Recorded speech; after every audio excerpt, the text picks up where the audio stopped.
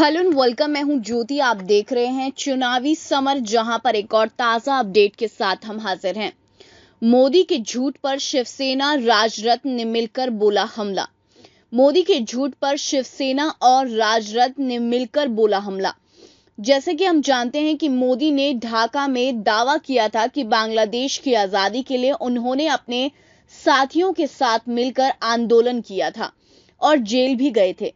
मोदी के अनुसार तब उनकी उम्र 20 से 22 साल रही होगी, लेकिन विपक्षी दलों ने मोदी के इस दावे को हास्यास्पद और फेक न्यूज करार दिया है।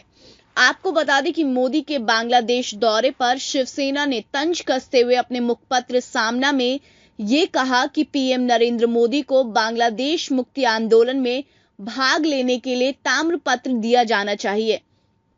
मोदी के बयान पर कटाक्ष करते हुए शिवसेना ने ये कहा, मोदी को भारतीय अधिकारियों द्वारा जेल में डाला गया था और पीएम मोदी बांग्लादेश के लिए मुक्ति का समर्थन कर रहे थे। ये एक ऐतिहासिक जानकारी पीएम मोदी ने दी।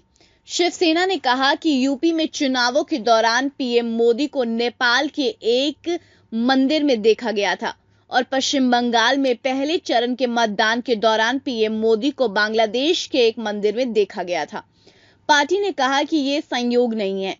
शिवसेना ने ये कहा कि प्रधानमंत्री और गृह मंत्री ने पश्चिम बंगाल चुनाव को एक प्रतिष्ठा का मुद्दा बना दिया है और वैसे जीतने के लिए कुछ भी करने को तैयार हैं। वैसे इस मुद्दे पर राजरत्न अंबेडकर ने भी निशाना साधा।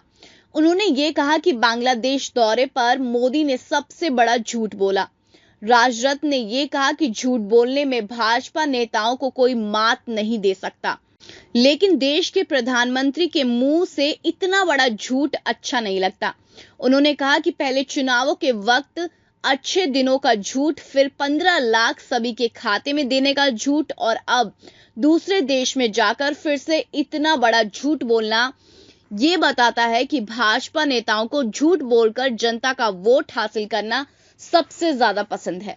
उन्होंने कहा कि मोदी को यह एहसास हो चुका है कि देश में भाजपा की जड़ें कमजोर हो रही हैं और जनता भाजपा के झूठ से उब चुकी है।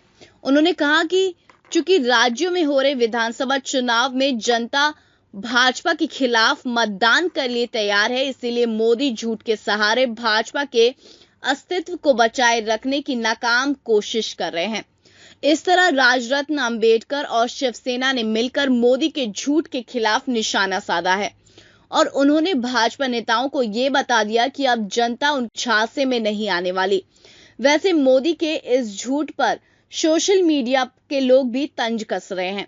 ऐसे में आलोचकों ने यह कहा कि मोदी ने बांग्लादेश की आजादी में कितना योगदान दिया ये तो इतिहासकार जानते हैं, पर अब खुद भाजपा को इस सच्चाई से अवगत होने का समय आ गया है। इस पर आपकी जो भी राय है आप प्लीज कमेंट सेक्शन में लिखें। Thank you so much. Keep watching today's for more news.